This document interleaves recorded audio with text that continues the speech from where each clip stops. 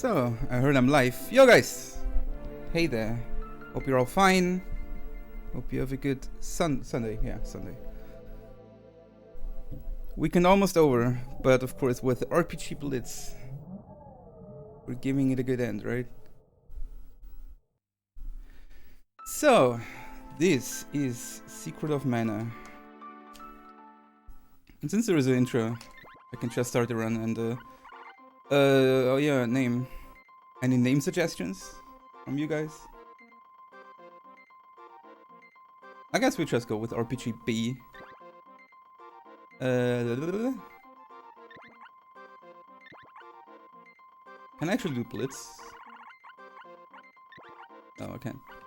RPGB is good. Okay. So, let's do it in 5, 4, 3, 2, 1. Good luck. So, this game, Secret of Mana. Most of you probably know it. It was released 1993. It was a very normal year until August. Then this released, and the world thought, hey, a new video game. And they liked it. So, the category we're running here is actually any percent. It's not true any percent. True any percent from the of the American version here would be with a multi-tap, because that will enable you to save a little bit more time. But for some reason no one wants to run with a multi-tap, so this is the main category. It's any percent without multi-tap basically. It's played with 2 controllers. That's why the category's name is any person, 1P2C, 1 player, 2 controllers. So you can see sometimes that I connect my second controller and play both characters at the same time. There is also the Japanese version, which would have the fastest any person time of just a few minutes, because it can credit warp. So this game is pretty straightforward actually, at first glance. You can hit things with your weapons. There are multiple weapons in this game. You can hit things with your mighty magic later when you have more characters. This game features 3 characters, and the best feature of this game is definitely the multiplayer aspect, because you can play with a multi-tap all 3 characters at the same time. Which is actually crazy for a Super Nintendo game. Not even normal games have that, right? Sometimes. Like we have to try really hard to get that, or whatever. To introduce multiplayer. Okay.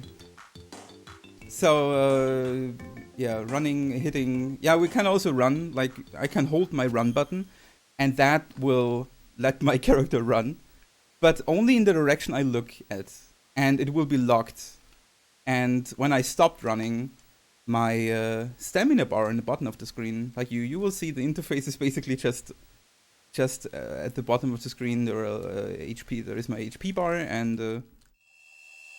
there is a little yellow box, and that's my charge. Like I can charge my weapons later, and I will do that a lot. And you can also see a little 1 at the side of the portrait.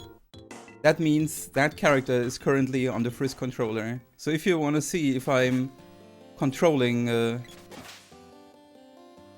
more than 1 character right now, let's ignore that one. Just look for a little 2 on the portrait. Guess we're also skipping that one. Ow.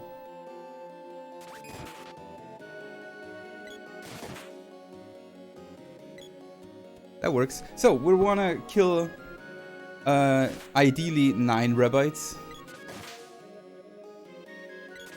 Because in total I have to kill 11. And the first boss will also count as 1 enemy killed. Because eventually, nice crit. Because eventually I wanna have my, my weapon on level 1. So I can charge it to level 1. So that was how many rabbits? We skipped 1, 1, 2, 3, 4, 5, 6. It was actually only 7. Okay, so I need to kill 11. So I have 7 now. The first boss, Mantis End, will be one more. Means I have to kill 3 more enemies after the boss fight. So the story in this game is relatively simple. We're just a boy and we fell down a waterfall just to find a sword in a stone. And now suddenly monsters appear everywhere. So and now the elder tells us that the sword was sealing evil away. And by pulling it from the stone, well, we unsealed evil, which is not so nice. But apparently, it was overdue anyway. The seal would have broken, and we have to... I mean, okay, that comes later. So, first, Mantis End. He's the first boss fight. He's not really hard. He needs 9 hits. At least if I don't roll too many 14s.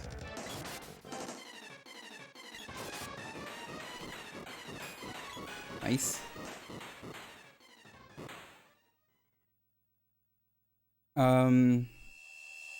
And we're also getting a weapon orb from this guy.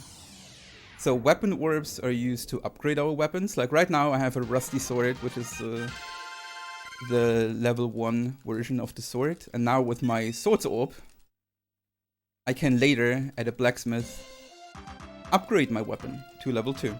With every upgrade, the sword not only gets stronger, but I can also level it up further. Like right now, my sword is level 1 without any orbs. When I upgrade my sword one time at the smith later, I can upgrade it to level. I can level it up to level 2 by killing enemies, and that lets me charge the sword to level 2. And then I find another sword orb eventually, and I can upgrade it again. At least in theory. I won't do that in the speedrun because we don't need that. You'll see later why. But for now, we're getting thrown out of the village because we're evil. We draw in all the monsters. Like the villager think that we basically summon the monsters to us because we pulled the sword. Which might be true.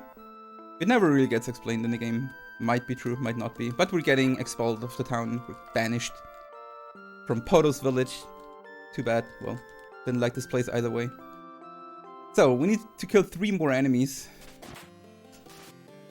That is 1. Always low rolls. Always low rolls. 2. Na na na na na. 3.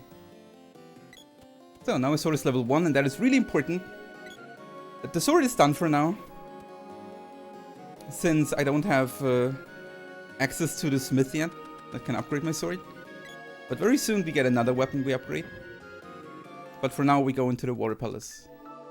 So we're just a boy who drew out a sword, and we got expelled from our town. We have no idea what's going on.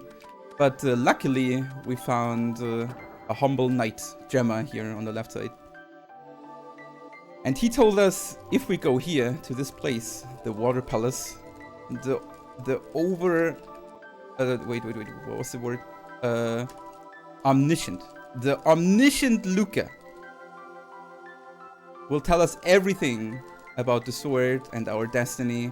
And I mean, the text is low enough, you can read it, but what she basically tells us is that it's a legendary sword, it's the mana sword, it lost its power, we have to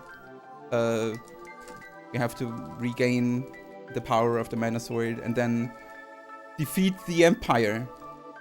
So that's actually the main plot of the game. There is the Republic and there is the Empire, and they're at war. I think they're at temporary peace right now, if I remember right. But either way, the Empire is up to no good, and Luca has seen some questionable subjects sneaking around the palace lately. So she's not sure what's going on.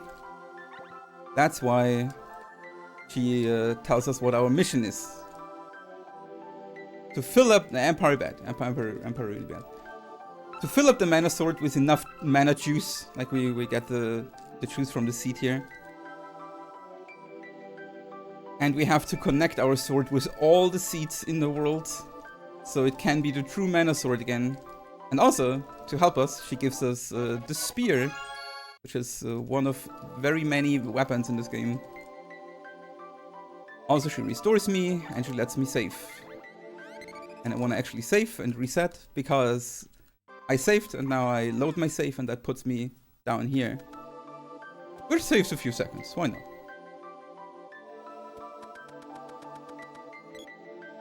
So, and now I will switch my weapons from the sword to the spear. Since the sword is already level 1, so I don't need to upgrade that further.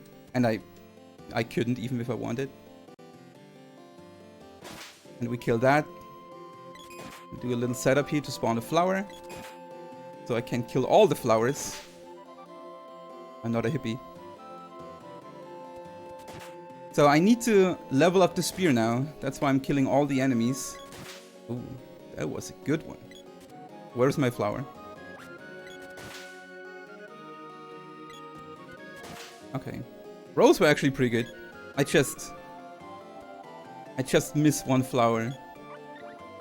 Which is fine. So I killed 6 enemies here. Means I need 5 more. But now we're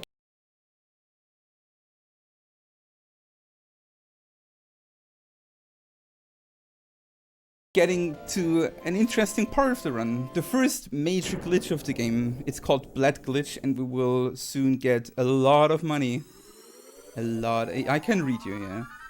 Until I'm in the flow of the run, I will not read everything. Like, apologize if I don't get everything. But I have to, especially in the early game, there's so much to explain. I have to concentrate on what I'm saying. So, I will do it, and then I will explain it.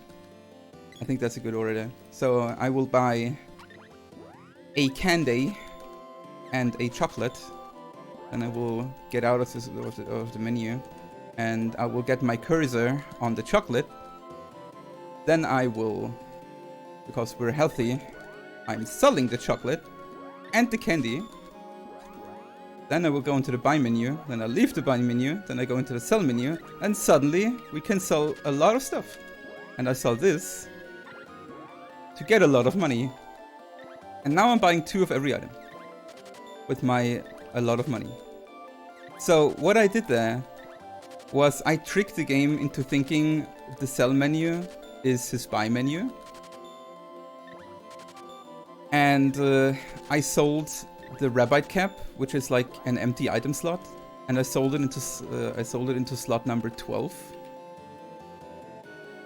So normally selling an item there, a glitched item, would put a glitched item in my inventory since I bought it. But by selling it into slot 12, I don't have to care about that, and everything is fine, and I don't glitch out the game. So it's only used for a lot of money. So we have enough money for the rest of the game. At least we should have enough money for the rest of the game. We'll see how the rank goes, right? So now I kill more enemies. Because I still need my spear on level 1. And I hope I don't get ballooned. Nice. So those blats, the bats, called blats, blat bats, they can balloon you. Which costs 8 seconds. We don't like that.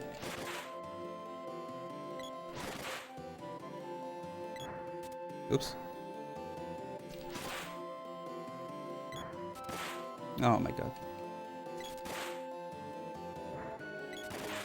There we go. One more enemy to go.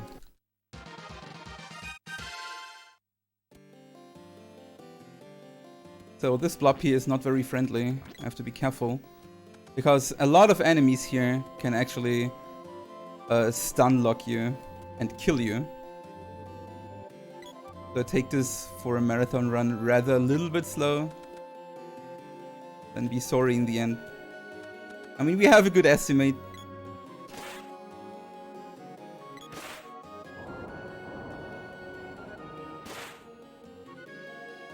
Ow. That's not nice. That's not nice. Dude. Okay. Fortunately, it's really unlikely that one stun locks you. Especially when you're on open space like that. But it was a little bit risky. Hitting into the wrong direction. So, this is the smith I was talking about earlier. He can upgrade your weapon. And we have to do that actually.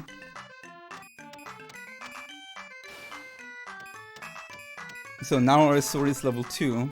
Means we can upgrade the sword to level 2. So this town here, until we can enter the next boss fight, has 2 triggers. One is this guy, upgrading our sword. And the other one is watching the theater. But we have to prepare some things first. I will buy a little bit of equipment here. I buy 2 power bracelets, power wrists. And 1, 2, 3, 4, 5, 6, 7 spike suits, 1 headgear, and a rabbite cap. So now, you remember I bought 2 of every item, of every consumable item.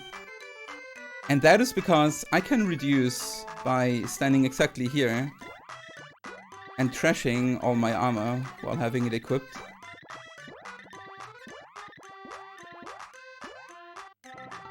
And now by doing that, standing on exactly this position, trashing equipment I have equipped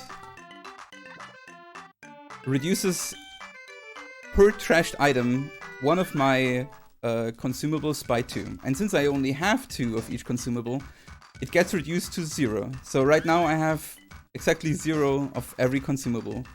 When I use the next time a consumable, like for example I have 0 chocolate right now. 0 times chocolate. When I use a chocolate, it will underflow to 7 chocolate. That means I have a total of 8 consumables of every single consumable. And that should hopefully be enough for the rest of the run. If I run into some trouble, I can always trash more equipment if I just have to pay attention that there are 2 left. So I can underflow it again. But for now, we should be fine. So now that we upgraded our sword and we watched the theater, the second boss triggers. Tropicallo. So this guy has exactly 415 HP. And we can roll a number of rolls on this guy. 35. That's already the lowest roll and that's not so nice. So when we roll a 35... Never mind, this will be a 5 cycle. So if I roll 135, I can roll 2 more 46s, with 47 would be the highest roll, to still kill him in 4 cycles. But since I rolled 2 35s, if I don't get a crit on this attack here, which I don't, I can just give him a normal smack here. Saves a little bit of time.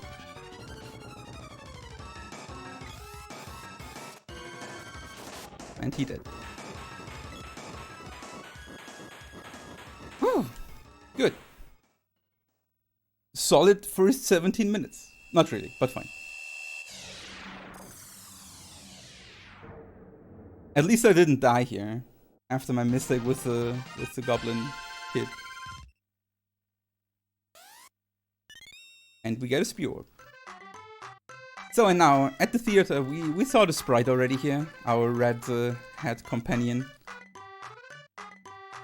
The sprite is actually really interesting. In the Japanese version, the sprite is gender neutral. In the English version, it's a male. And in the German version, it's a female character. Guess they just didn't know what to do.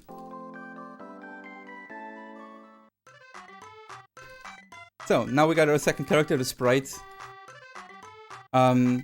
We skipped the girl so far already. Like, you can either get the girl first or the sprite first. That's an option the game gives you.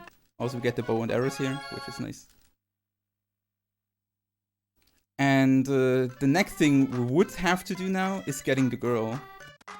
But we won't do that.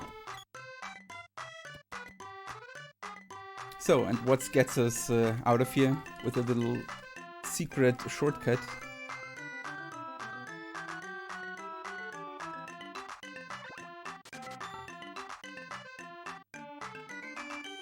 So, and now I have my sword equipped again.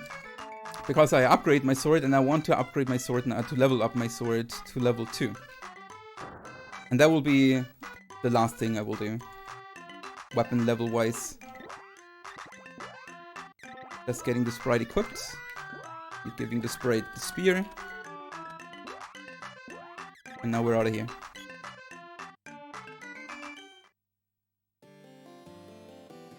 So, I want to kill enemies. This one, for example. Ay, ay, ay, ay. Those bees can be annoying.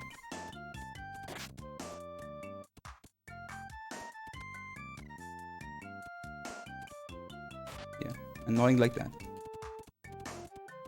So, movement in this game is really important. Because the AI character will give you a lot of trouble getting stuck everywhere. So now a neat skip comes up. So there are rope poles in this game. You know, the ones that you whip and then you can use the whip to overcome cliffs and obstacles. And we can use the special mechanic of those rope poles to clip, to walk through walls. Because when I hit a rope pole, the game checks if it's a whip or not. And while the check happens, the game freezes everything, even characters.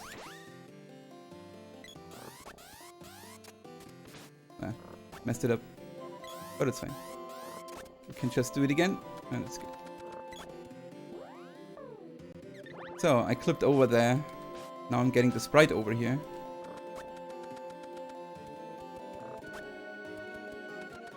And that just skipped the girl. So, and that works because the rope pole locks everything in place, even characters. But when you have an animation going, and I was having an animation going with my sword charge level 1, that animation is not stopped. It still continues. But collision is ignored. That means I can clip into walls. Sprite. Thanks.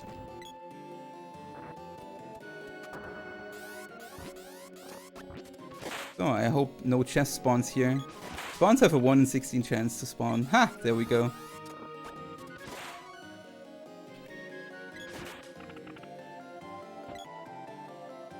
So I have to kill an extra enemy later. Marathon luck, I guess. So this room is a little bit dangerous, or can be a little bit dangerous. Oh my god. Oh my god. Oh my god. There we go. Nice backup.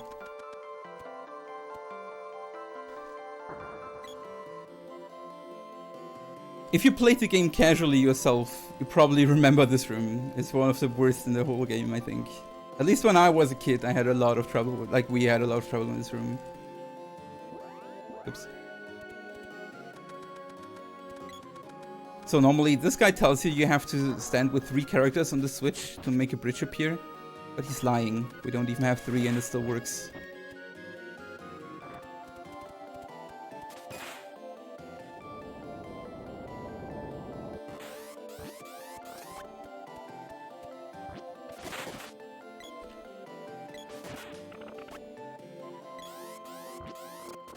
Oops.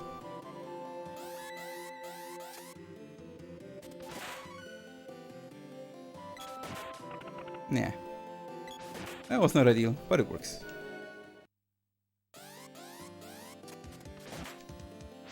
So, those will be the last 2 I need. Upgrade my sword to level 2. Oh, and now we get to probably one of the worst bosses casually. in this game you will ever encounter. You don't have magic yet, you don't really know the mechanics, and you don't have a feeling for everything.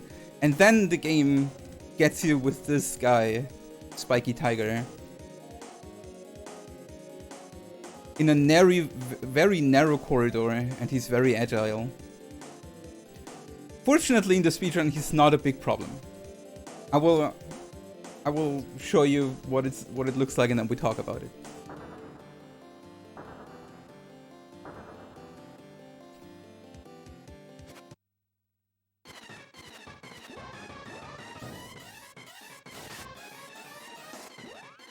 Let's hope he's not jumping away. Thank you. Okay. Got the wrong charge, so I could not try the whiteout skip, but I talk about that later and try it again. We can get that on multiple bosses in the run. So, that looked a bit funky probably. First I walked away from the boss's landing spot, and then I opened the menu, so I was able to start charging my weapon without swinging first.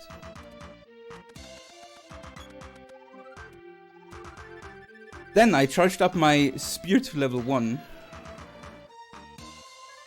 And then I was charging up my sword to level 2 basically already. Then I hit Spiky Tiger with the Sprite, so I delay Spiky Tiger's first action for a little bit. And then, you have to keep in mind, I have the sword level up to level 2, so I can charge it twice. And I have the spear level up to level 1, so I can charge it only 1. So when I have the sword charged up on level 2, and I give the boy suddenly the spear with the second controller, the game is confused, because I'm already on level 2, but I can only charge the spear to level 1 the boy has equipped then. What the game does is, it basically removes the limitations. Like it moves the limit from a level 2 charge from the sword to a level 1 charge from the spear. But since I'm already charged on level 2, there are now boundaries anymore for my charge. So I can overcharge it into oblivion. So what I used there was, don't know, probably a level 90 charge or so.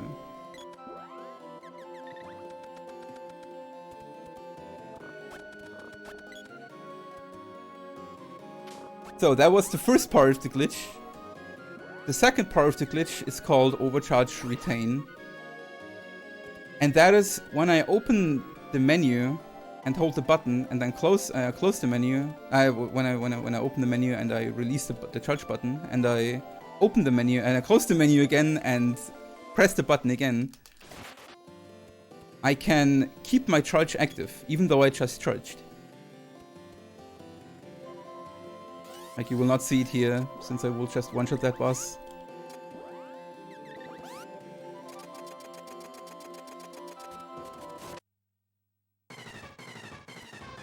So, Tonpole here. He's a poor little fella.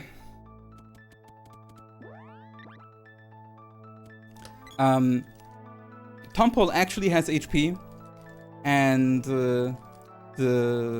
the lizard after also has HP. So first you have to defeat Tonpole, and then Tonpole will transform into the lizard, which is basically a new enemy with new HP. But when you one-shot the Tonpole like I did, the fight is immediately over. Because the enemy is dead.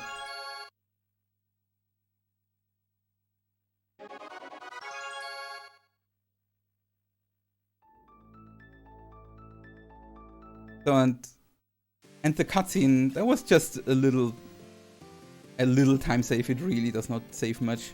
You can use the magic rope already before you enter the cutscene, and then you enter the cutscene and you get sent back to the entrance, and the cutscene will just take place there. So you just save a little bit of time walking up to Andini.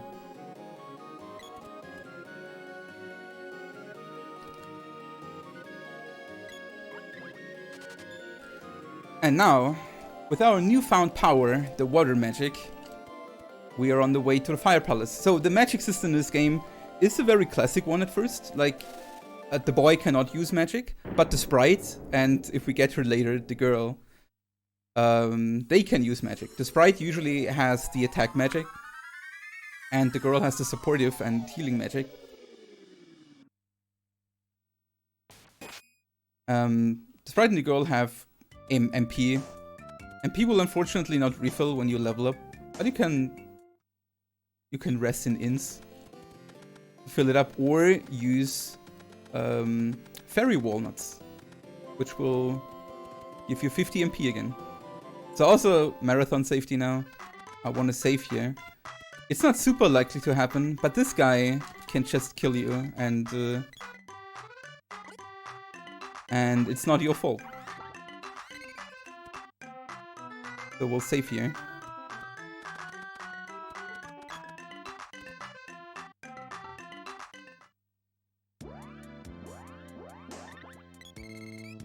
So now those are orbs. They block your progression, usually, and you have to use magic on them. Every seed is different. Orb is different. So now you can see me running in weird circles sometimes, or like walk on walls and diagonally when it looks like it doesn't make any sense. That is because I'm manipulating orb. I'm manipulating enemy spawns.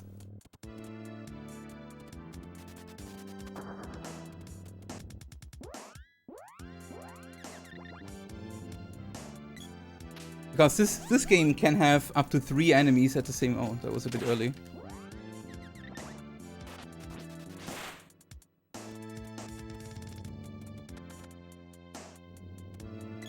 And if I manipulate the right enemies to spawn, I can despawn, obviously, all other enemies. So now Fire Gigas. Fire Gigas... I want to charge my weapon right away, and it's a very, very tight fight. I want to open my menu as soon as my weapon is charged fully, so I can delay his first action a bit. Like, right now. If I'm just a little bit sloppy there, he will just... this is bad.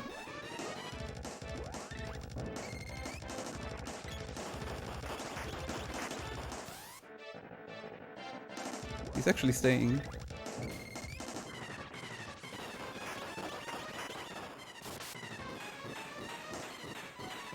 Works. So that was the lowest roll. There are 3 different rolls you can roll on him. The highest roll, which usually will happen, kills him immediately. The second highest roll just needs a freeze from the sprite to kill him. And the lowest roll we just had, the 601, well, needs some more shenanigans.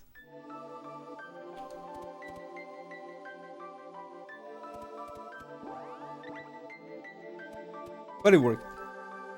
All good.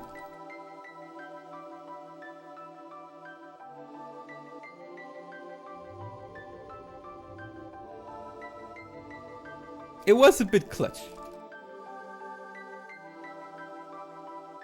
Also, the boy now did not get any experience from this boss, which is not a problem, but he will be a level lower now, for a bit.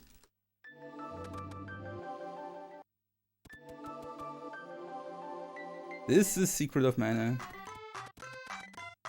The original.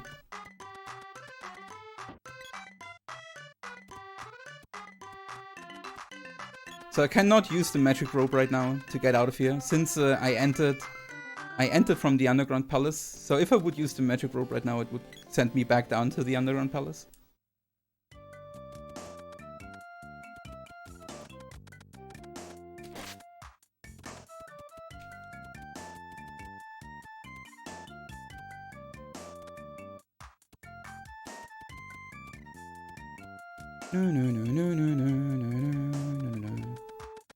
So, and now we're on the way to Pandora. Also, look what I'm doing here right now. I connect my second controller now, and now I speak with the cannon guy with my second controller. Woke up my first controller, so I save a little bit of time. And now, when I land after the cannon, I can move my first controller, like the passive, like the one that did not trigger the cannon, basically. I can walk much earlier with that guy. So you can see me go to the right already when I land with the boy, even though the sprite is still locked in place from the cannon animation. Which takes like half a second per cannon travel. It's nice.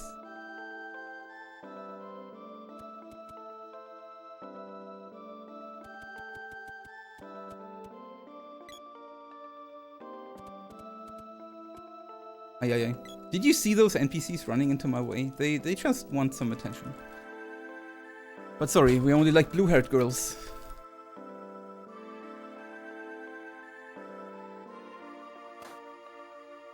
So, oh yeah, you see the girl still talks, but her name is go, like it's go times 12. And that is because since we're supposed to have the girl right now, but since we skipped it with the rope pull glitch, the game named her itself. Like we never named the girl. And the default name the game chooses for the girl is just a value that results into go times 12. And while that of course costs some time, skipping the girl saves a lot more than that.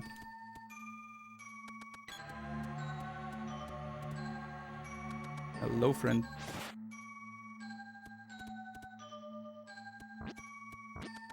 That was a not bad dungeon. So now before the boss fight, I connect my second controller again. And it's time for Wall Face. So Wall Face is the first boss, and it's a wall, but it's the first boss in the game that can actually dodge your attacks. The game does a very bad job with displaying misses on enemies, and with a bad job I mean they don't do it. So when I hit, and I promise you I will hit, like I will connect my weapon hitbox with the enemy's hitbox, but if nothing happens, I missed. That's just how this game works. So I also need a special charge for this guy. Normally I choose a 2.9, which is a normal swing, but for this guy I will choose a 4.5, which is a longer animation and also a stronger charge. And hopefully he dies. Nice, that was good. So that guy, just like the fire Gigas, you can low roll him and also you can miss him. But we hit and we did not low roll, so he's dead. Also, you could see that I walked up the sprite close to the wall, and that is because many of the enemies in this game, especially bosses, choose as target for their attacks the character that's closest to them. So by having the sprite closer than the boy, I make sure that the wall targets the sprite and not the boy, so I can just use my limit, my charge.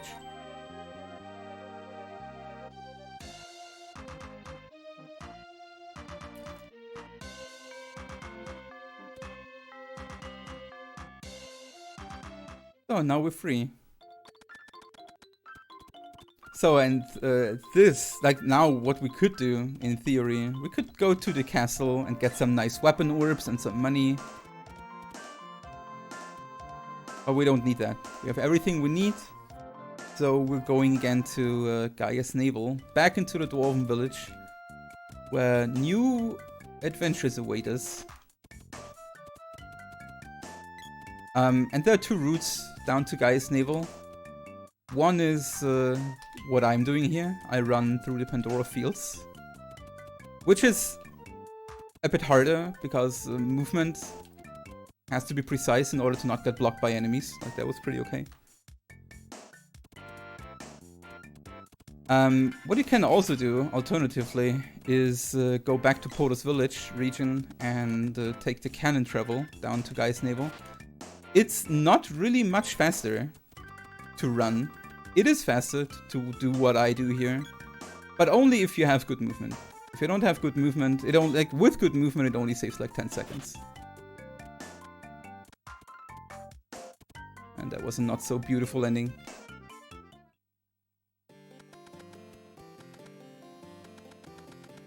So now, back at the Dwarven Village, we could talk to the Elder, and he tells us that there are like weird people. And those are the people that stole the seed from the Water Palace. Like, what you're actually, story-wise, supposed to do is go back to the Water Palace, and Luca will tell you that the water seed was stolen by those guys here. And I mean, I read it already in chat, but they're like the Team Rocket of this game. And there are also 3. It's the Scorpion Army. It's an army of 3 people. Nowadays, everything can call itself army, apparently. And they use the Mana Seed to power this guy here, Kilroy. Pretty annoying fella. But he's of course no big match for our mighty Crouch Glitch. Oh nice, and I got the whiteout skip. So, what I did there, you know, when you kill a boss, when you defeat a boss, there is this white flash, right? But here, down here, you can hear a trigger on the exit of the room. And when I step on the trigger, even though it does not transit me to another section, the trigger is still there, just inactive. And by standing on the trigger at the exact same frame, the whiteout would happen. I can skip the whiteout. Saves a few seconds too.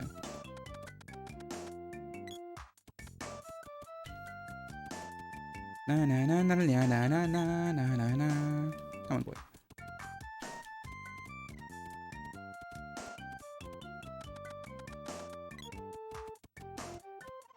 Alright, I wanted to save here. I guess I save. So the next boss, it's really, really unlikely he kills you. But he can kill you. Just like the Fire Gigas. And we were already like, it was already a bit borderline with the Fire Gigas. So I think I take a little detour. I actually planned to save again in the Dwarven Village before I leave. But I forgot about it, so I have to go down to Neko and save. I think I will do that. If I would die now, yeah, this would be not good.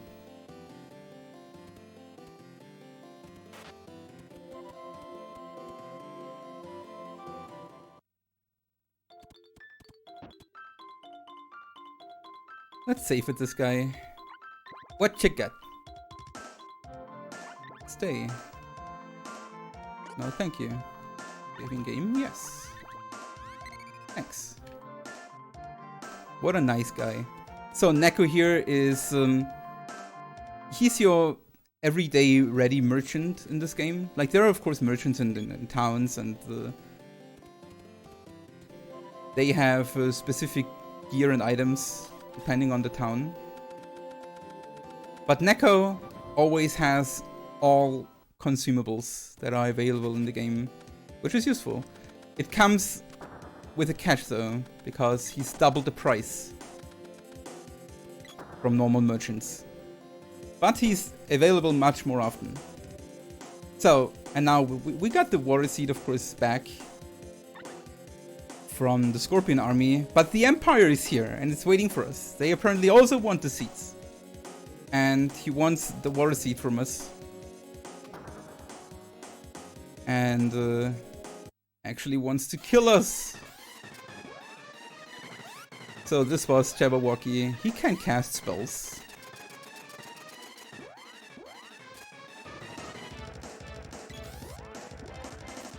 Dude. You can hit too, you know? Thanks. Ay, ay, ay. Okay.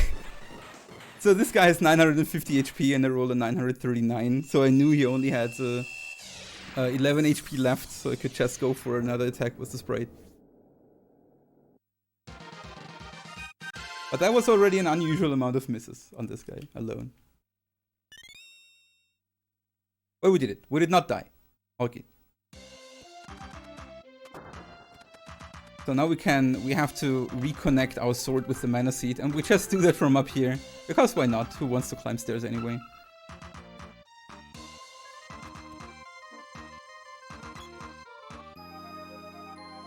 And now we talk to Luca, and Luca tells us that we of course have to find more mana seeds. And yada, like reactivate the mana sword, stop the Empire, save mana, the usual. But what's more interesting now is we want to help our friend the Sprite. Because the Sprite lost its memory. Their memory. It's as rude, right? Lost their memory. And we want to help our friend to regain it.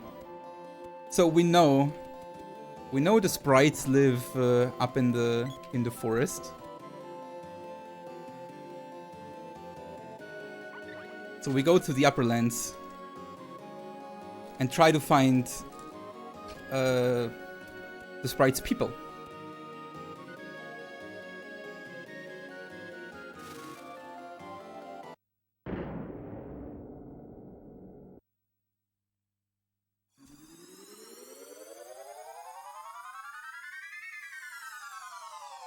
Oh, it's a nice cannon travel, is it?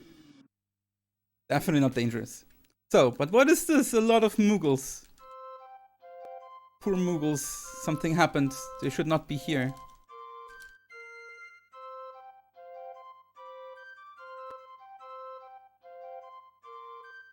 Oops.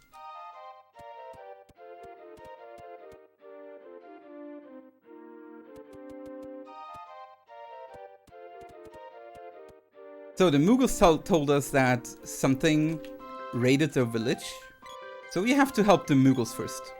And those are the culprits. It's oops. It's pebblers.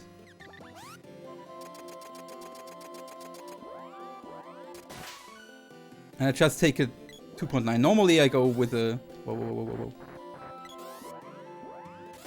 I go with that was actually pretty good. So they can also dodge like bosses can. But that was good. That was only one miss. Or two, basically.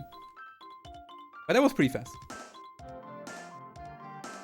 So now we learn that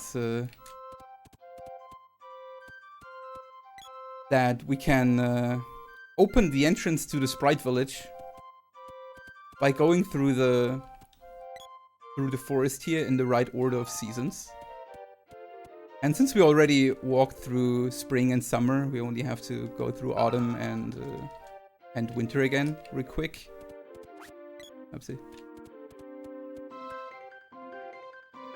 And the path opens to Sprite Village. But oh no, what happened here? No sprites. They're all eaten by whatever made this sound. I have to wait real quick until there we go. Until silence ended. I will talk about silence in a bit. Let me kill this guy first. Looks like he jumps away. Yeah.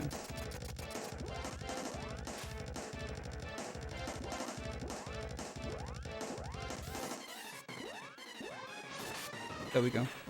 So this guy can give some problems. He's a very, very interesting boss. He needs only one attack to die. But he can also dodge, of course, which he did not, luckily. Also, he has, aside his normal hitbox, he has two more boxes. One is around his beak.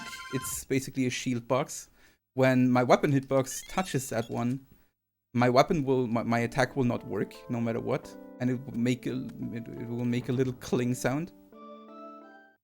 So I have to basically aim for the back of the head of Springbeak. Also, when I go too close to his lower body parts, he has a hurt box there. And just touching that with my character gets an attack on me. So I have to avoid his body, basically, his lower body, and aim for the back of the head. It needs a little bit of practice, especially when he gives you a bad pattern like that. It's a boss of decision making, especially when you're a bit unlucky and you miss 2 or 3 times. But you know, birds and speedruns, right? It's always the same. They give you the most trouble. Although since this guy gives me a free opportunity to save, why would I not do that? Take care. I mean, there should nothing happen at this point, but there is always a possibility that I mess something up and suddenly it's not so fine anymore. Because some things in this game definitely look easier than they are. Especially when there is a second controller involved. Thanks.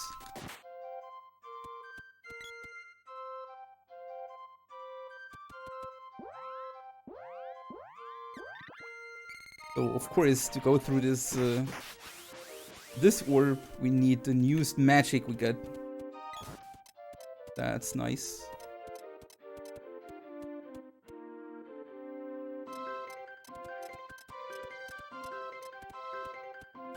Da, da, da.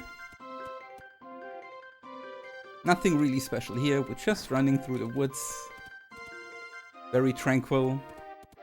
Very nice. Oh, no silence here. Oh yeah, I just wanted to talk about silence, right? So, the status ailment silence in this game is a really, really mean one. It does what it does in most RPGs. It prevents you from casting magic. But there is a little addition in this game. Silenced characters also have inverted controls. So whenever I get silenced, you know that for the next 20 seconds or so I have to move the character with inverted controls. Also normally you have to talk with the king here. For him to open the path to the cave. Ow. Oh, it's dead. Oh, it's okay. Actually.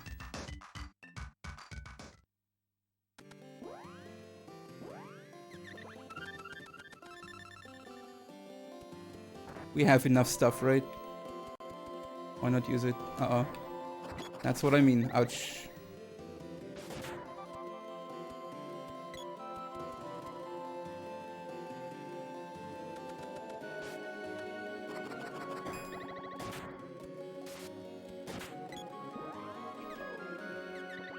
Ay. That was a bit fishy.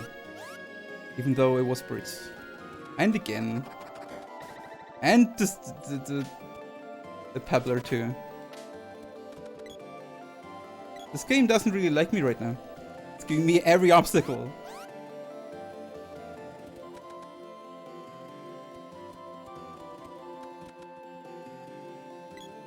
So I preemptively stun those a bit. What? Wait, oh. Both? Damn, why what is that with marathon runs? That give you RNG you have never seen before. Yeah. Like it's true. It's actually true. I never had the sprite and the boy get confused there. Never before. I wait a bit here.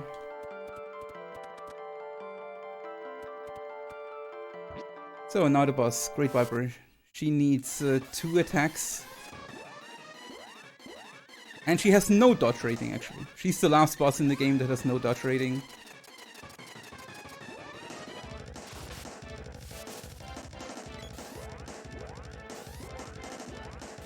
Oh, that's not good.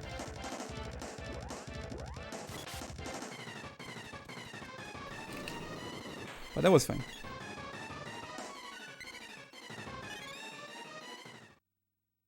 And we got another Swords Orb. It's a shame we don't use any orbs anymore.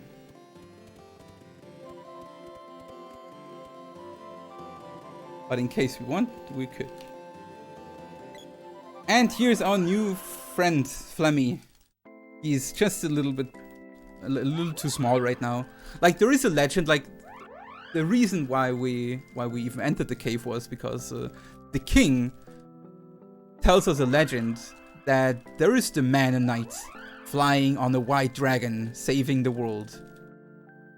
And as it happens, he saw a white dragon in a nearby cave.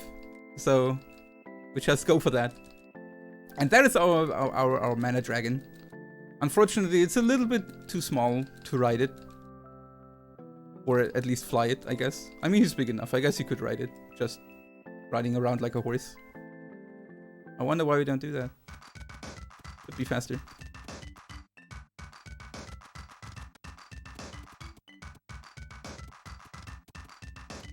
No one blocked me here. That doesn't happen so often. Getting rid of that stuff with my axe.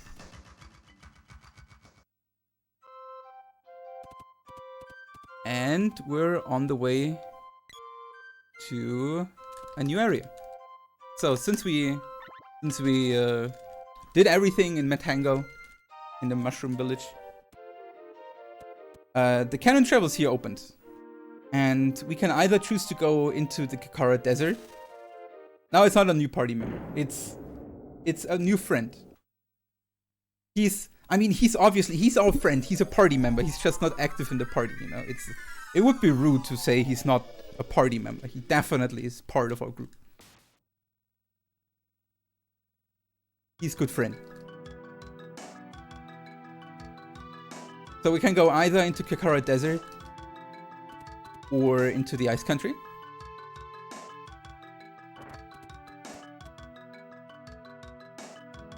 And we choose to go to Kakora Desert first.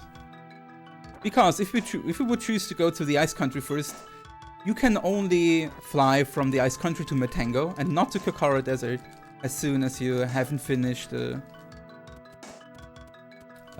this event here.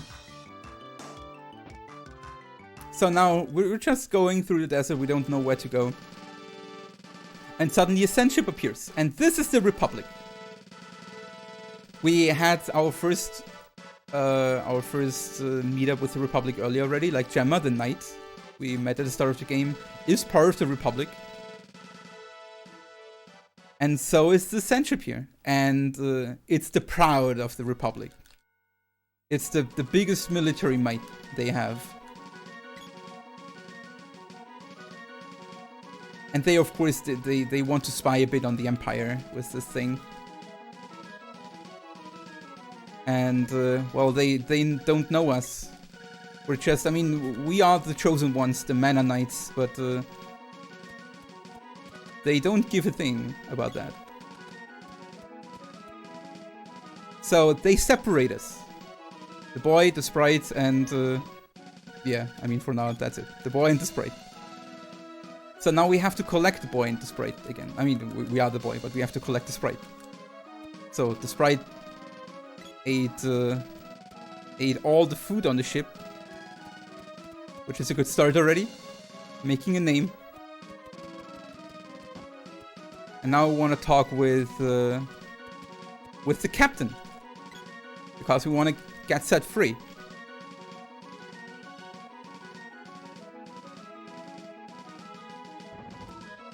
But oh, who's this? It's a girl we have never seen before. So, and this is the point where we get the girl into the party. She will join at level 1, since we never had her. We can still not name her, because the game is not programmed that we name her here. So, she has her name. She's go, go, go, go, go. But now we have her in the party. For the rest of the run.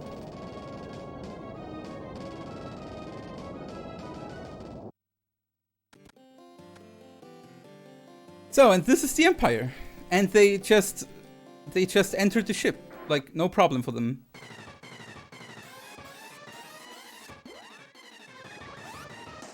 Unfortunate for the Republic. Oops. Oops. Oops.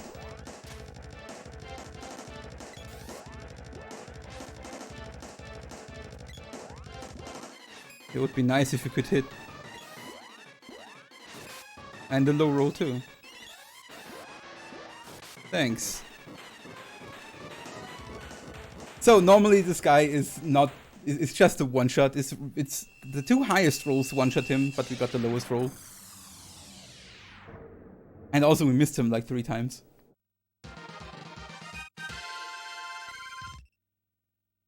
If you watch a speedrun that has some good RNG, that speedrun will just walk up and he's dead. But we had to improvise a little bit. So, and now we're in Kakora. So this would be an opportunity to buy armor. But I feel confident enough so I don't need it.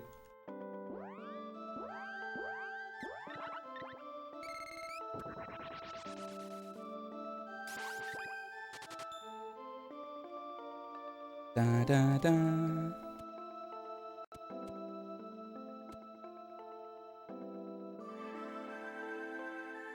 But I have to concentrate a bit, because the next zone here, the ice country, is a very dangerous place. And you can very easily get hit and get stun locked to your death. But that's why I cast ice elemental magic on my weapons. And while that does not add any elemental property to my attack, it has the effect that it freezes enemies into a snowman.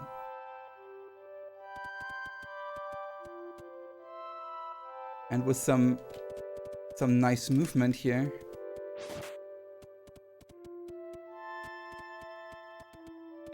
Oh yeah, that's nice.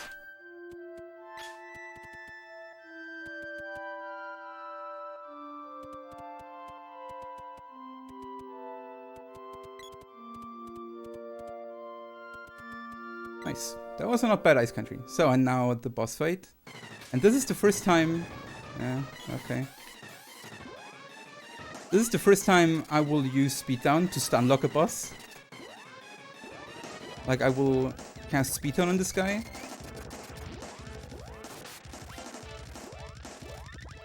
To lock him into place.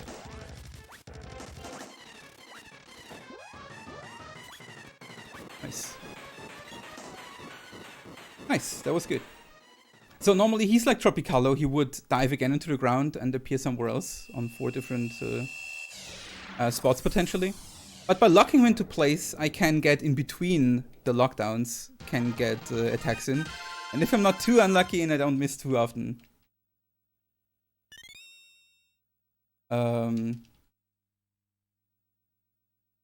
Also this, there's so much to explain. Okay.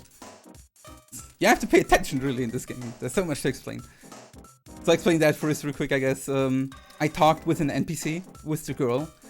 And while having the game busy with the text box, I cannot trigger any events. So I just walked over the event and skipped one of the cutscenes here in this sequence.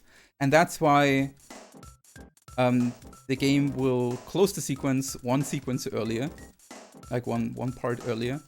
Normally I would talk with Scorpion Army right now, and they would walk away now. But we're one sequence too early, so they appear when they're supposed to walk away.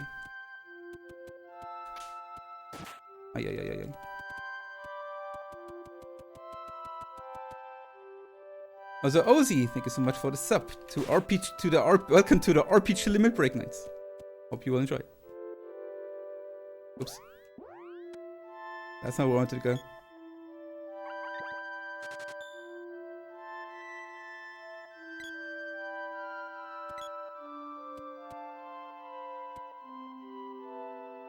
So, and now that we get Salamando, the Spirit of Fire,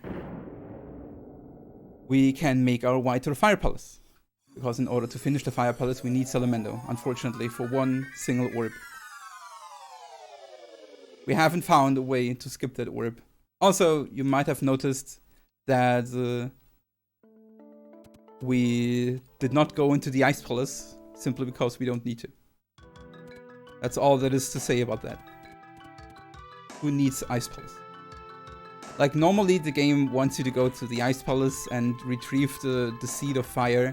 But as it turns out, if you just go to the Fire Palace and then finish the Fire Palace, the seed is already there.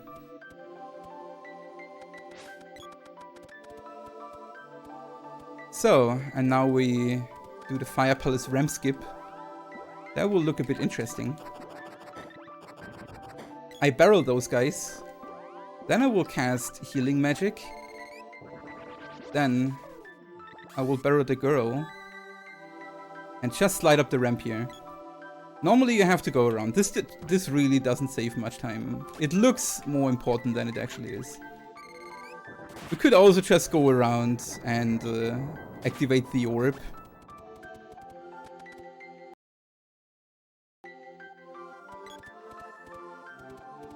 But this is a little bit faster, so we do it.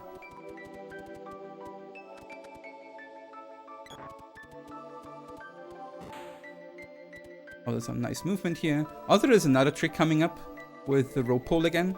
So whenever I hit a rope pole where there's an animation going on, like the level 1 charge I did for the girl skip, I can walk through walls. Like that. So now we will skip the Minotaur. So I will activate this switch here one time, and then I will cast another time on it. And then on a specific timing, I will activate this and enter the boss arena.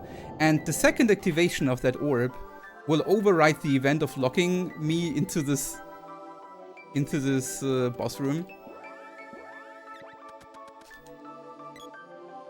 And so we can just walk past him and leave the room. Isn't that neat?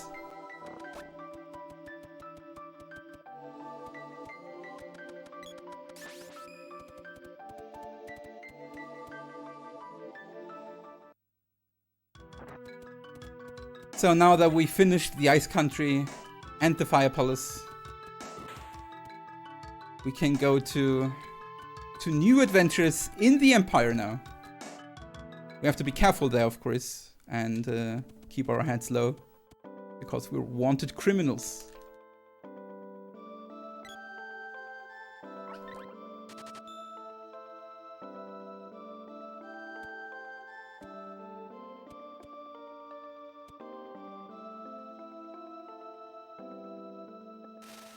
Boom.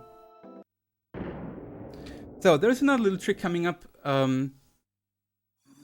It turns out there's one pixel where you can walk past the guard that is guarding the sewers we want to enter.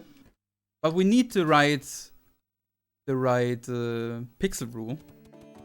And that is frame dependent. We have to basically walk against the wall.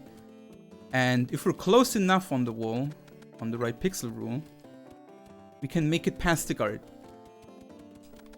Normally you have to use a code to get past it. It's not really hard to get it. This is the wrong pixel. This is the right pixel. And now I just walk past him into the sewers. So normally the code would be 634, if I remember right.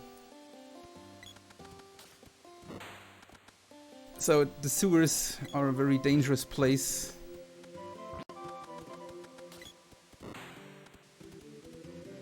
So I'm getting past these guys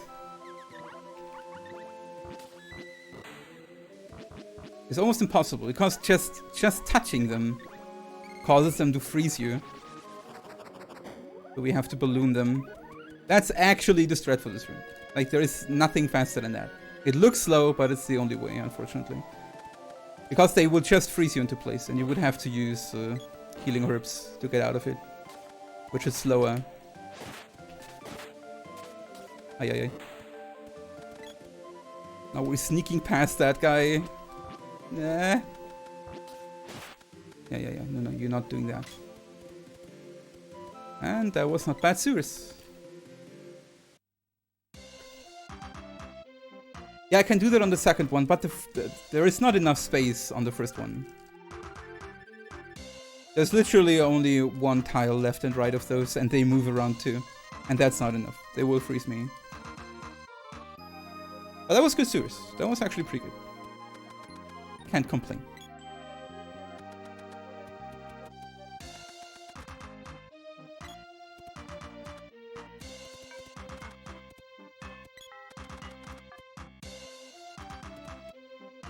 So now we just learned from Chrissy, like in Northtown here, we learned that there is actually a rebel organization that opposes the Empire and the Emperor.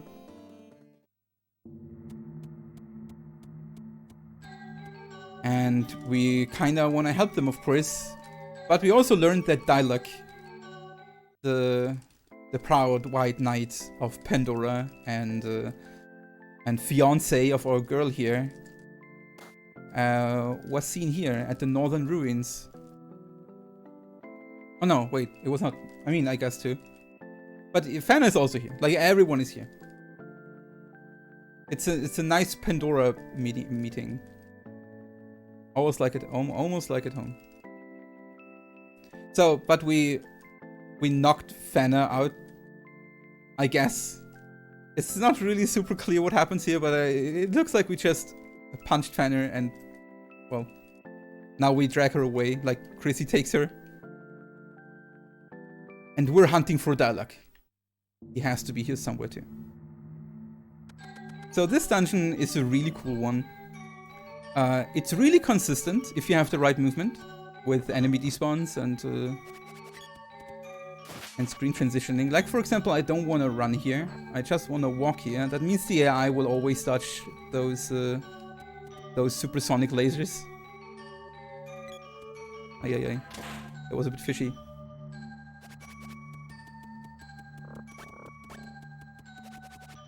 Also here, for example, I want to move up, wait until they split, and then walk past them. Well, that was nice.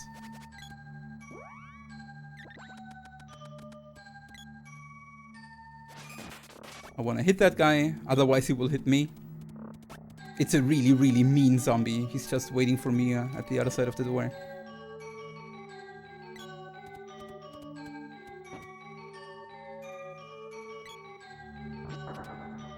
It's actually not bad that the sprite got hit there, because potentially it would be cool if the sprite would die on the next boss.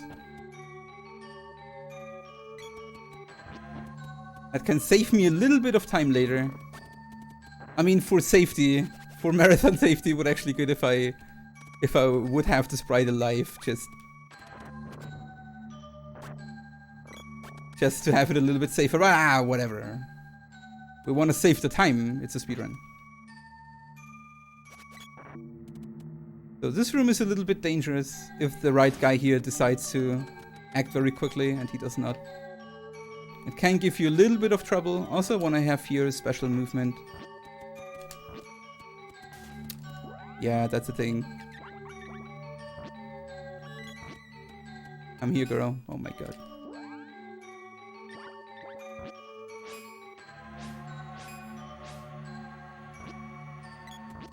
You come up here now. That was really not ideal. But if I have enough of something, it's roll jam at least. Yeah, Exploder. You're not fast enough. Also, I have to wait here for a second so I don't get hit by this eye. So now, another wall. Oops.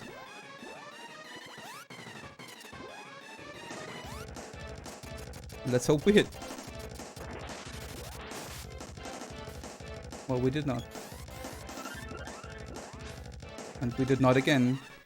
I guess I wanna revive the sprite here at this point.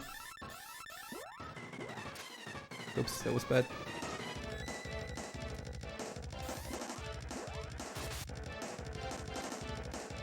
You can hit at some point. It's allowed. Thank you. That's one hit.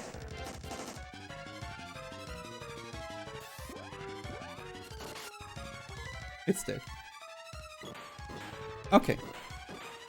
That was also a little bit misplayed. That was not only RNG. Like timing, like you cannot hit the eye in the center when the eye is closed. And I had at least one hit there, mistimed where the eye was closed. But overall it was fine. But of course, for safety I resurrected the sprite, and right when I resurrected the sprite he stopped casting.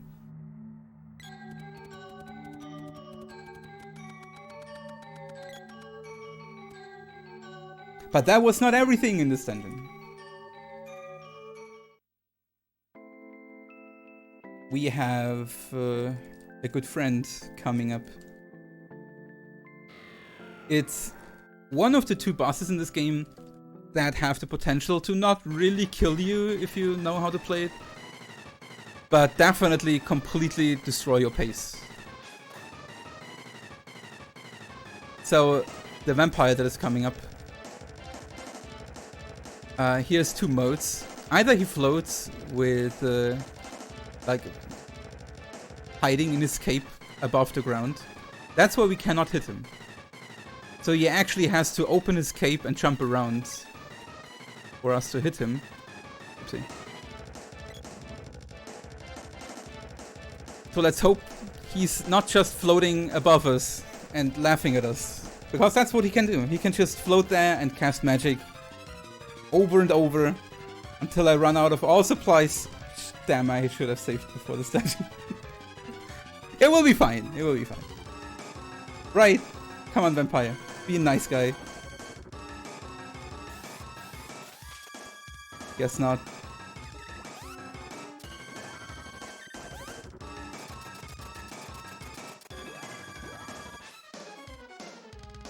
Let's hope he's... Ay, ay, ay, ay.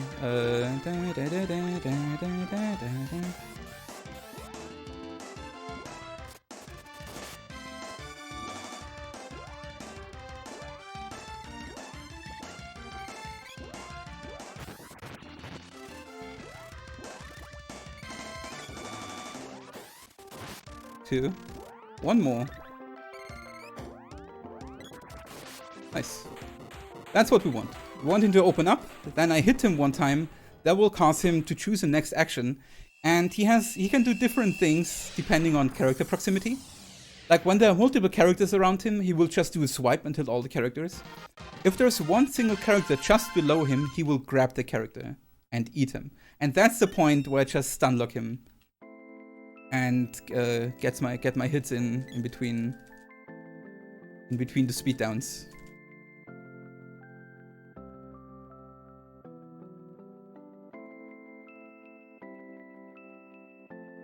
Let's go. But that was pretty cool. It was not the fastest vampire ever, but it was okay. I'm sure. So, we're done here. So now we go back to the rebels and see what's Thana doing and everything. But first, we have to do a little thing. We need to prepare the next skip. So we go up here because here's still hostile enemies for now. The castle guards. Like, this is the Emperor's castle. Boom. She did. Sure, and now she's a ghost. And that was important. Because ghost characters can go through NPCs. They don't have any collision. But they still follow the main character for movement. So they have the same weird perks that a normal character has when they follow a character, when they follow you. So now we learn from the rebels that there is an opportunity for peace between the Republic and the Empire. And the rebels are invited into the castle to discuss that. So there's definitely nothing fishy going on. Everything's fine. So now, watch that real quick. So we clipped with the girl through those guards.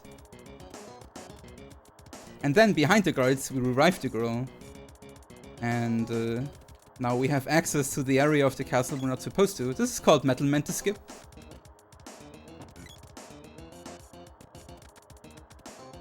And skips a lot.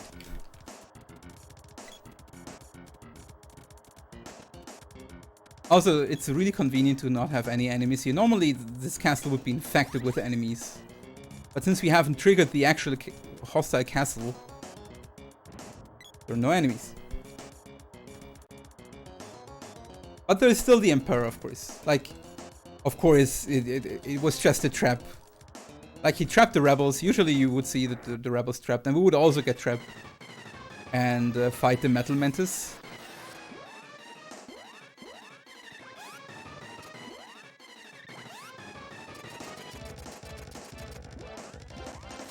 So this guy just needs 2 attacks. Nice. That was good. Whew. This guy can also dodge, but he chose to not. He liked it.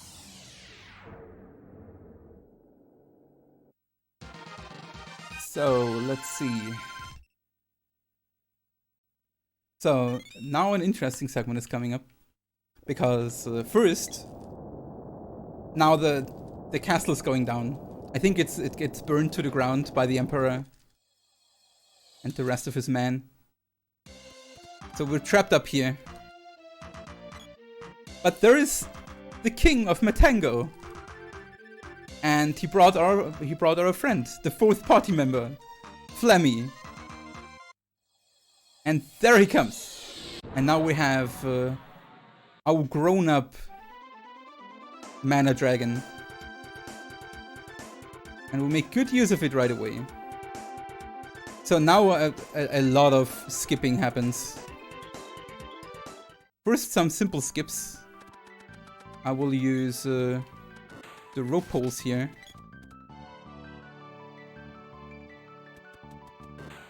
Oops, that was not planned.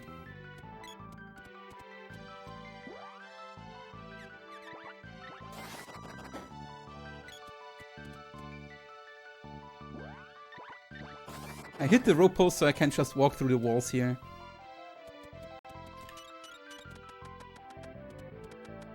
And skip the actual whip usage. So and now, watch this. And if you played the game, you know how much I skipped with this.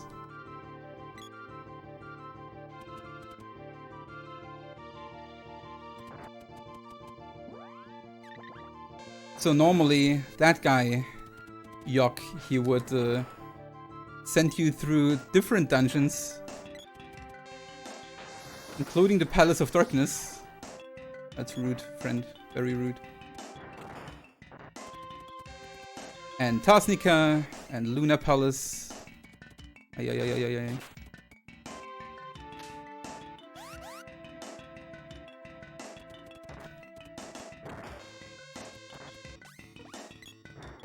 But with that little skip, we just skipped all of that.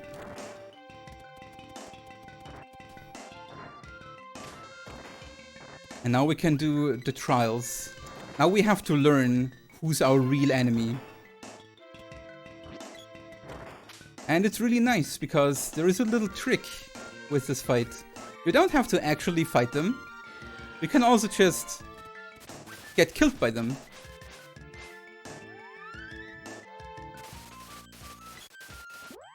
So early.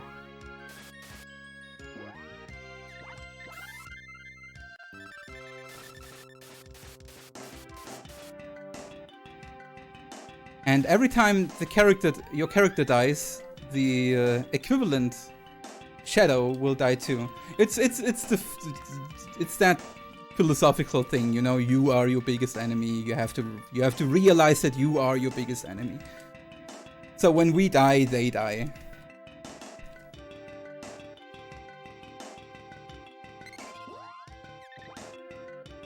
Oops. There we go. So, and now that the Forgotten Continent, the Sunken Continent, is available to us, we started some big shenanigans. So, now you have to watch closely. This will be hard to get at first. So first we land here at the Ice Palace. The Ice Palace has a very special trait. We never finished the Ice Palace, you remember. And the Ice Palace, as long as it's active, has a special flag. Because it's only Santa, and he only wanted that seed to grow a big Christmas tree. He's not really a bad guy, you know. So he's not killing you. So every time you die in the Ice Palace, you get just thrown out of the palace with the boy alive. So, and by landing with Flemmy and just flying away with Flemmy again, the game does not remove this flag. Because the game has problems seeing locations, like setting location values when you when you land or fly away with Flemmy. So now we died to this melon here. Oh no, I died. Yeah. Okay. And now we get thrown out of the ice palace. So the game is in a very weird state now. If we would go back to the Sunken Continent, that guy would stand there, and the game would basically be soft-locked for us. How many do I have? 4. Yeah, that's fine.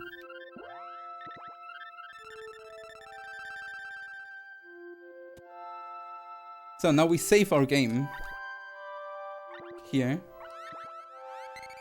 Then we reset the game. And we start a new game. Because the run is too bad and I have to start over, unfortunately. I hope the estimate is fine with that.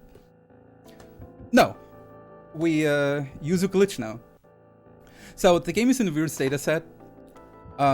We're soft-locked basically, and the NPC is just standing there, but we could walk around in the room, and that's basically what we want. That we can freely walk around in the first room of the Grand Palace.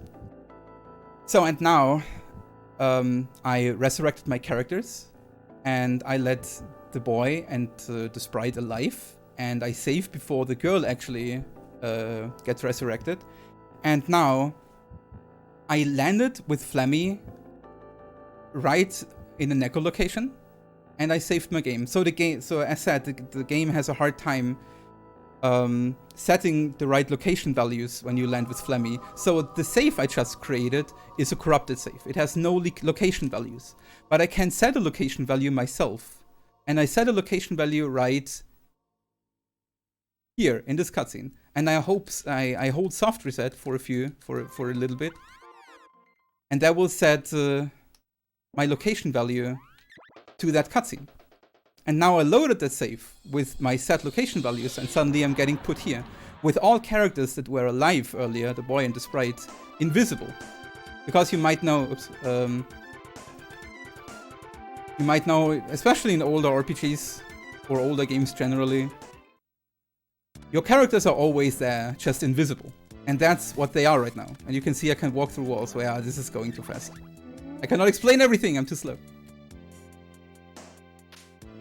I come back with everything, I promise. This is not nice.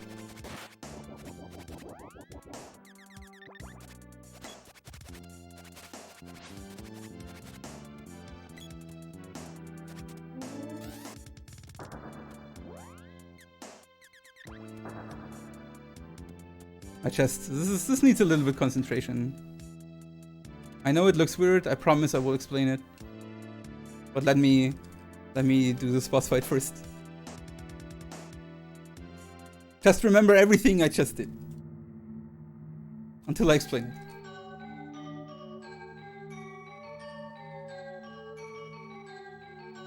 Yeah, I know I'm doing a bad job right now explaining things. But it's a lot going on. And I cannot speak so fast.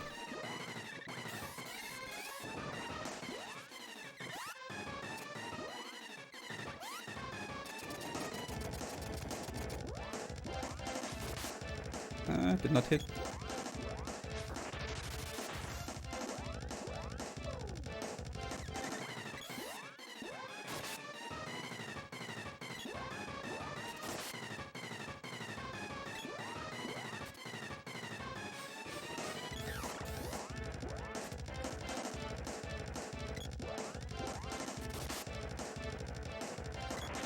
Two more potentially. No, one more.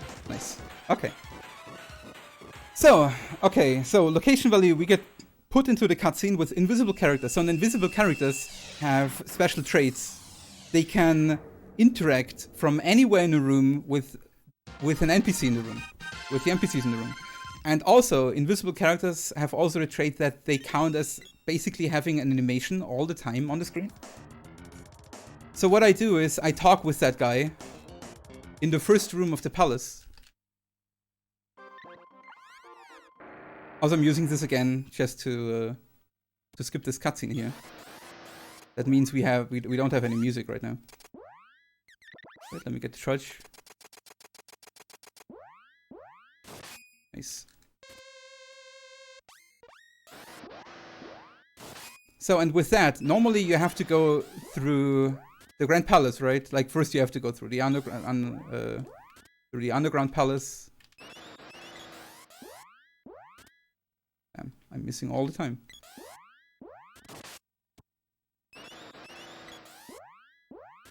And then through the Grand Palace, and you have to activate all the orbs.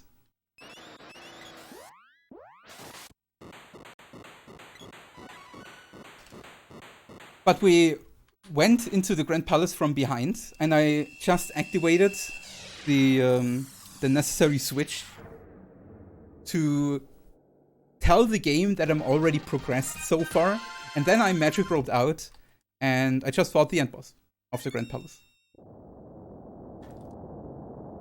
I hope that was clear enough.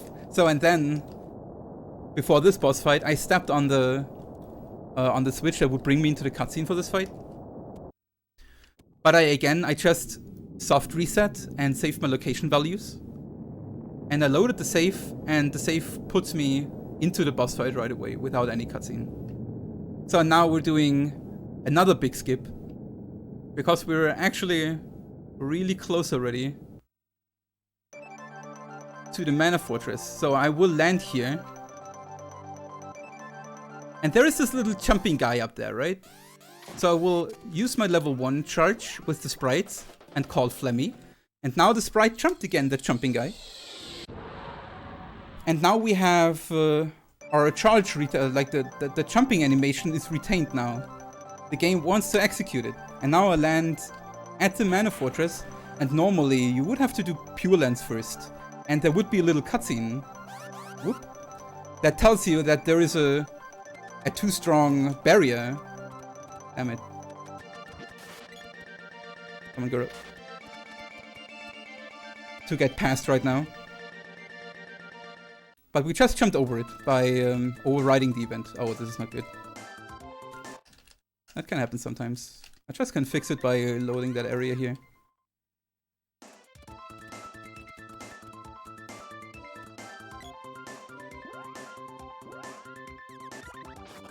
So now I walk through walls here with my nice rope pole.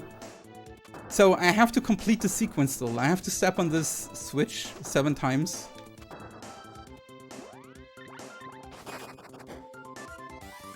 Because that would be the switches I would have to activate until that point. And now I need to get the sprite over here too.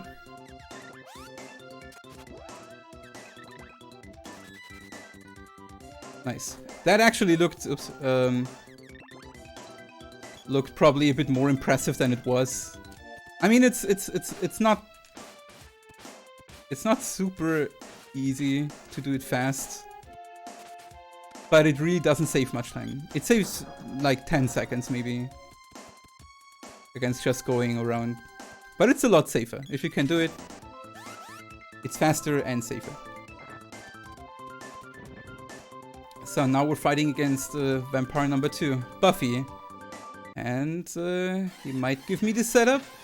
And he's giving me the setup. That is nice.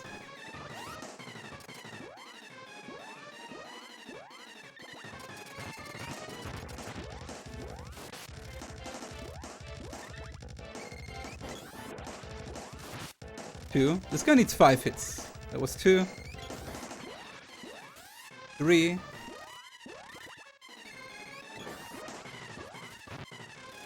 Miss. Miss. 4.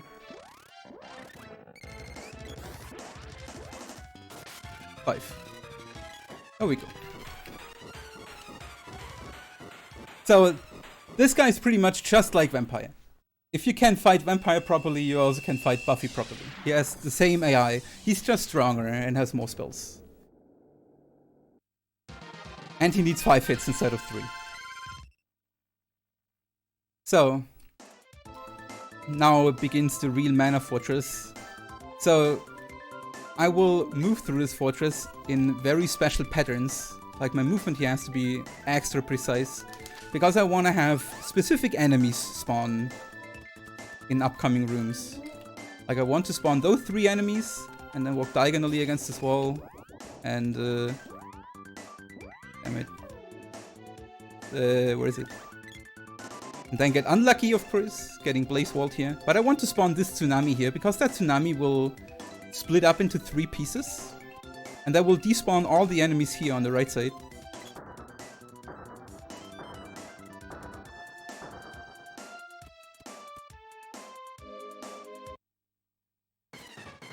So now I position the sprite a little bit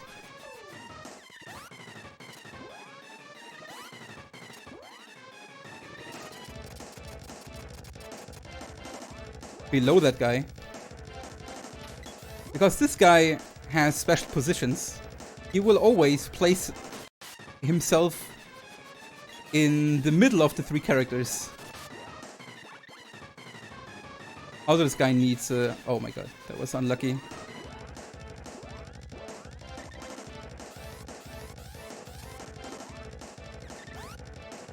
I wanted to open the menu, and he used Acid Rain right on that character. Oopsie. Oh, that's a bit awkward, but it's okay. We just roll with it.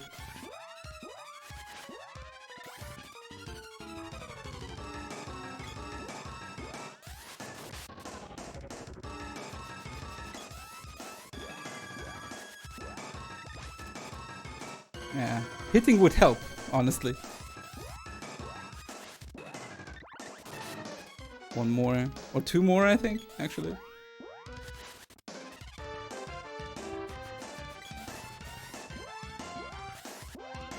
Yeah, that would be a real... okay, that's it. That was a really, really slow fight. But nice. Yeah, that guy needs 7 hits, I think. And positioning is important. You have to set it up so that the girl and the sprite stand left and right side of the boy, because the little core is actually the hitbox of the enemy. So, and you cannot move anymore. Also, I open a full screen menu here to just skip all the level up animation, the level up texts.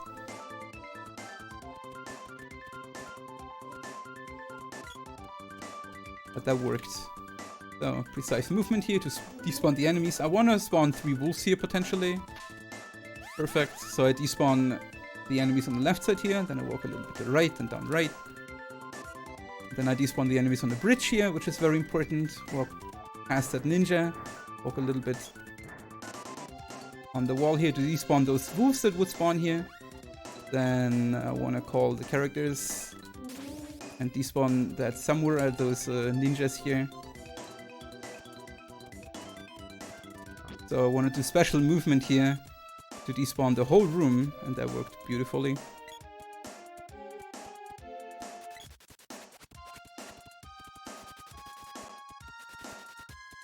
So special movement here to despawn the whole bridge. Now I spawned all 3 master ninjas here, which is nice. So I despawned all the terminators here on the other side. And that was the Mana Fortress. Actually pretty beautiful. Guys, it's almost over. Can you believe it? Just a few minutes more.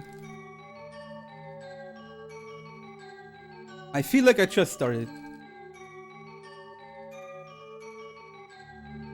So there was so much to explain mechanically, and I did not even explain everything. I forgot a lot of stuff too. I did not have enough time. And I have to apologize too that I was not very active while reading chat. With reading chat. It was a little bit overwhelming, explaining everything, concentrating on the speedrun and reading chat and answering questions. So I have to apologize. It could definitely be done better. But hey, I did my best. So we finally found Dalek here, and he's sacrificing himself now because Thanatos, after we killed Thanatos here, he's using Dalek's body. But by sacrificing himself, Dark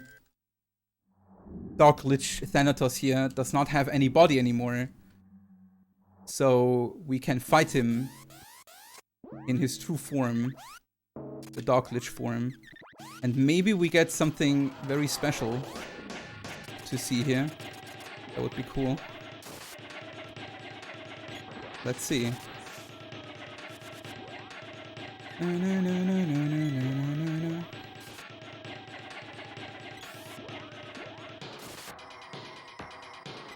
Because if he would, he has a special mode, he has a second mode where he dives into the ground and sticks out his hands.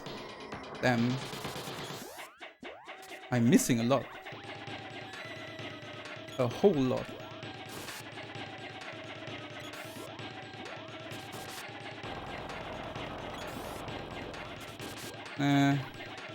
We don't see it apparently.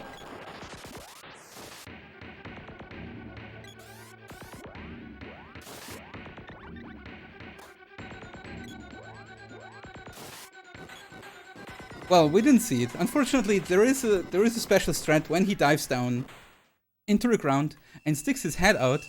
I can get a very special pixel position with the boy, and that will cause the boss to get stuck into an AI loop, and we call that headbanger, because he will move very fast up and down with his head, trying to get on a proper position with the boy, but since he can't because of my pixel position, he will just be stuck there. Okay, at least it was a rather simple fight here. He can give you much more trouble. We missed a lot, but that's okay. So, and now, Dryad's magic, even though we never got Dryad, we just skipped it, the Mana Spirit, the game gives you Dryad here, conveniently. Otherwise we could not skip it. But the true power of Dryad awakens here at the end with the Mana Magic. And we, of course, use it in a boy. We use it a little bit earlier than you're supposed to skip the cutscene. Normally the freeze would... the screen would freeze for a few seconds and it would say Mana Sword awakened. Yada yada. But by casting it early and then going into the warp, we can skip that. La la la la la. La la la la la. So now the heroes, they don't know what to do. The thing is, the Empire, like the Mana Fortress we hear story-wise, this is the ultimate weapon, and it runs with mana. But it needs so much mana that the world is in danger of running out of mana. So what mana does to fight that is it sends the Mana Beast, a amalgamation basically of mana that is strong enough to fight the Mana Fortress. Unfortunately, the beast is so strong and the Mana Fortress is so strong that if they would just fight, they would destroy each other and probably the world too. So we have to destroy the Mana Beast.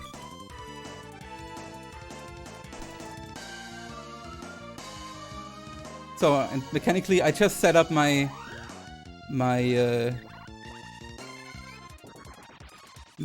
setup for the Mana Beast, and I cannot even speak anymore.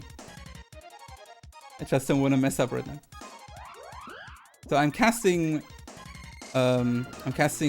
magic with a long animation, so I don't get hit by the attack. Comes from the bottom, why not? So now the sequence I'm doing is very strict. Oops.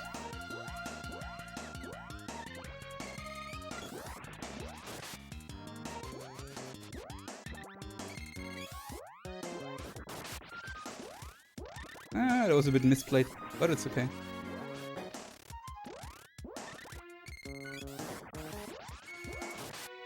Okay, corrected.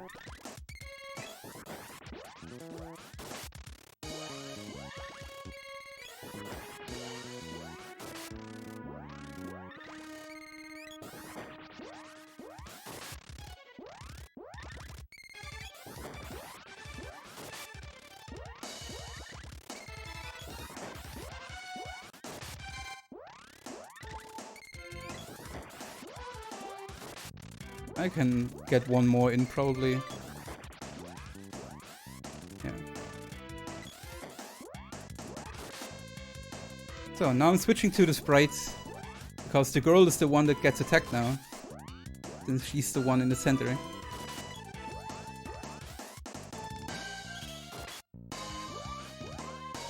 Oops.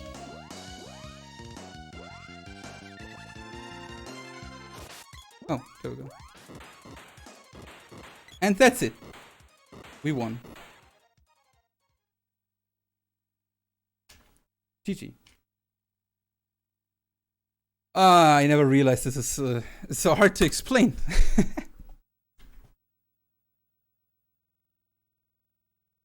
That was it. One cycle mana beast. By stun locking.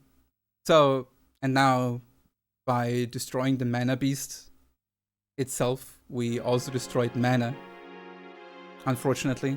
And that also means we have to say goodbye.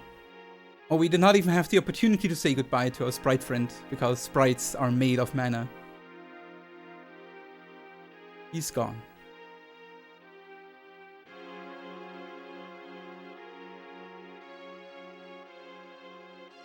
It didn't even say goodbye. Bittersweet victory.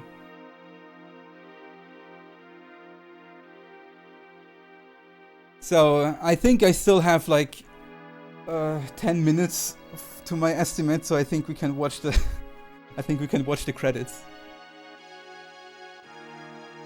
Yeah, we definitely got time to see the moon. If Ghost Kumo and Stalterheim are fine with that, we can see the moon. We should have some time.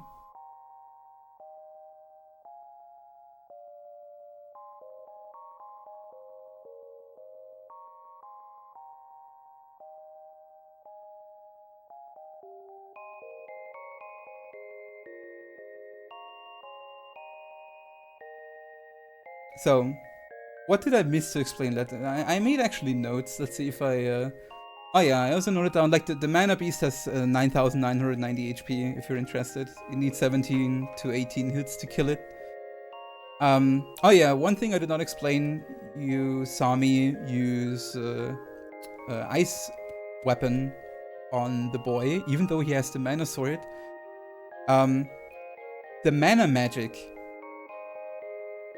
I cast on the boy to activate the Mana Sword is actually just a buff. And the duration of the buff depends on how high I have Dryad leveled up. I only have Dryad level 0. I didn't even have Dryad before I unlocked the Mana Magic. So the buff would only last like 10 seconds maybe. I would not get a single hit in before it runs out already. But by casting an Elemental Weapon Magic over the Mana Sword Magic, the game ignores the duration timer of the Mana Sword, and I can use it unlimitedly. If that's not neat, I don't know what is. Also nice music. Feels very victorious. La la la la la la la la la la la. Also, shoutouts to Woolsey for translating this nice game.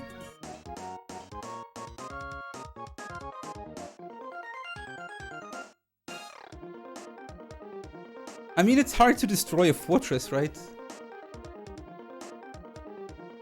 I forgot my wrench at home.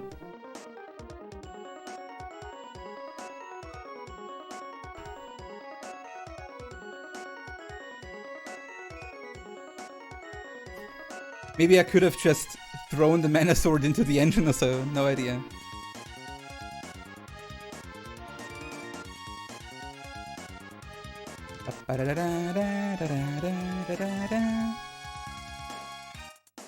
What else did I not explain? What do I have here? Dread Slime 7 hits? Yeah.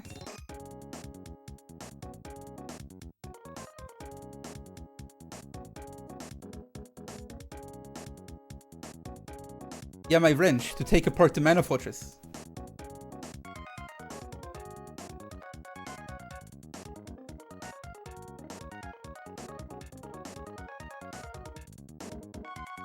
Also, look at that. It's not always the same cannon guy. They're brothers.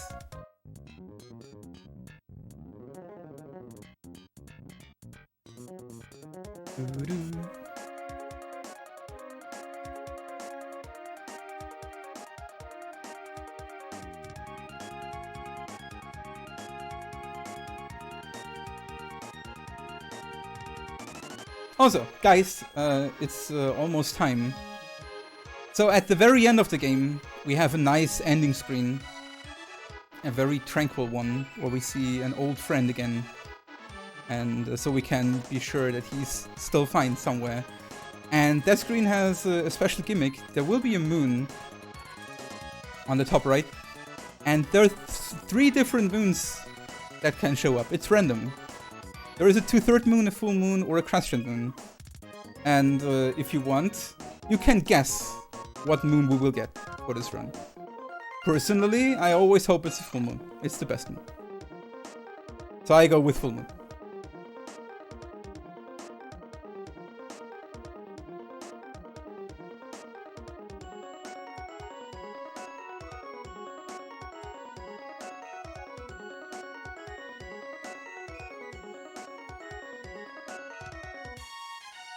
So get your guesses in for the moon. You can win the confidence that you were right.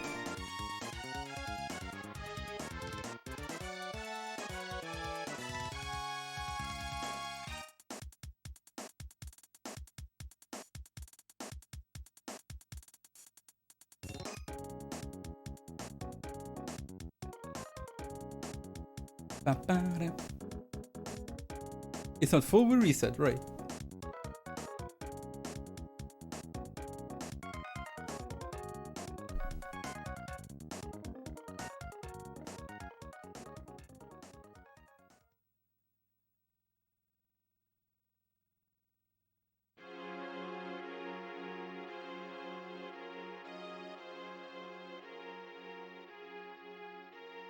And we bring back the Mana Sword where it belongs. In a random river in the stone.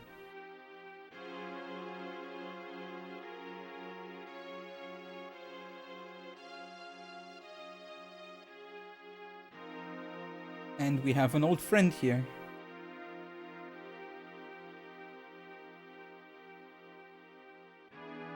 And what is it? It's a crescent moon. Hey, second best moon, right? What a nice ending. The end. Also, if you look closely, you can see some shooting stars randomly on the screen.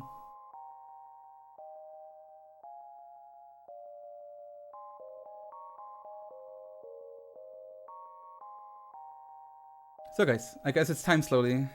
Thank you so much for watching the run. It's been a nice event so far, apparently. The run went fine. It was a 144.21, which is good. Can't complain, especially for safety saving 3 or 4 times. No big issues.